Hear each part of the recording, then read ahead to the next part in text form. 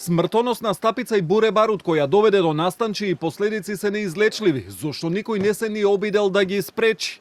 Вака обвинителството во воведниот збор ги опиша случувањата и постапките поврзани со клубот Пулс во Окочани, кои предходеле на трагедијата од 16 март кога во пожарот загинаа 63 лица. Опасноста според обвинителот Борче Јанев демнела со години, но никој не сакал да ја види. Злодело и самото постојање на овој објект толку години.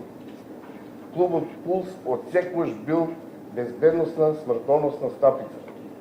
Буре барут.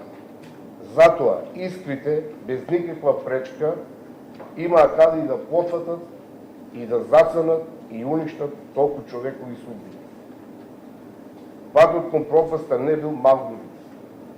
Не бил ниту заслепен од светлината или засенет од дивните ефекти во објектот на Пулс. Никулците на оваа невидена катастрофа биле одамна изникнати и сите предуслови за тоа одамна поставени и исполнети. И додека семејствата на загинатите со плачење го слушаа воведниот говор, обвинителот Јанев освен на непреземените действија од надлежните институции, акцентот го стави на прво обвинетиот Дејан Јованов Деко. Истрагата го вратила обвинителството во 2012-та, кога Јованов решил да се занимава со угостителска дејност во објект наменет за лесна индустрија. Обвинетиот Дејан Јованов без било какви институционални стеги и контроли за почитување на безбедносните правила и прописи, опасноста никогаш не го интересирала. Доказите многу јасно ќе го потврдат тоа. Димензијата на преземени действија и обемот на пропусти што постоеле кај овој човек се шокантни и запретпаствувачки. Ќе можете да слушнете и да видите што се бил спремен овој човек само заради профит и материјална нагодет, низ материјалните и вербалните докази и согледат и неговите одлики и досудености. Судијката Дијана Груевска-Илиевска предходно одлучи да го спои обвинението за газдата на Агенцијата за обезбедување Александар Нацев со овој предмет. Адвокатите се обидоа да го одложат судењето, бидејќи немале пречистен текст од интегрираното обвинение, но судот не дозволи.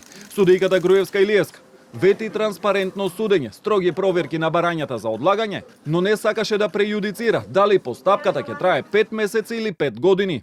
Можеме овој совет да ви гарантираме дека колку што можеме ќе бидеме транспарентни, ќе бидеме за се што ќе се случува во јавноста, ќе бидете информирани, ќе има голем број на новинари кои сето тоа верувам дека ќе го пренесуваат. Се што може овој совет ќе направи за оваа постапка да тече. Голем дел од семејствата на загинатите во трагедијата беа присутни во судницата, бараат правдата да биде задоволена, но и порачаа дека немаат време за чекање. Ова судско, како да речем, рочиште ќе трае 15-20 години. За нас 15 дена или 15 месеци се многу, више 8 месеци поминаа. Сега видов дека има луѓе што немат никакви чувства, никаков осет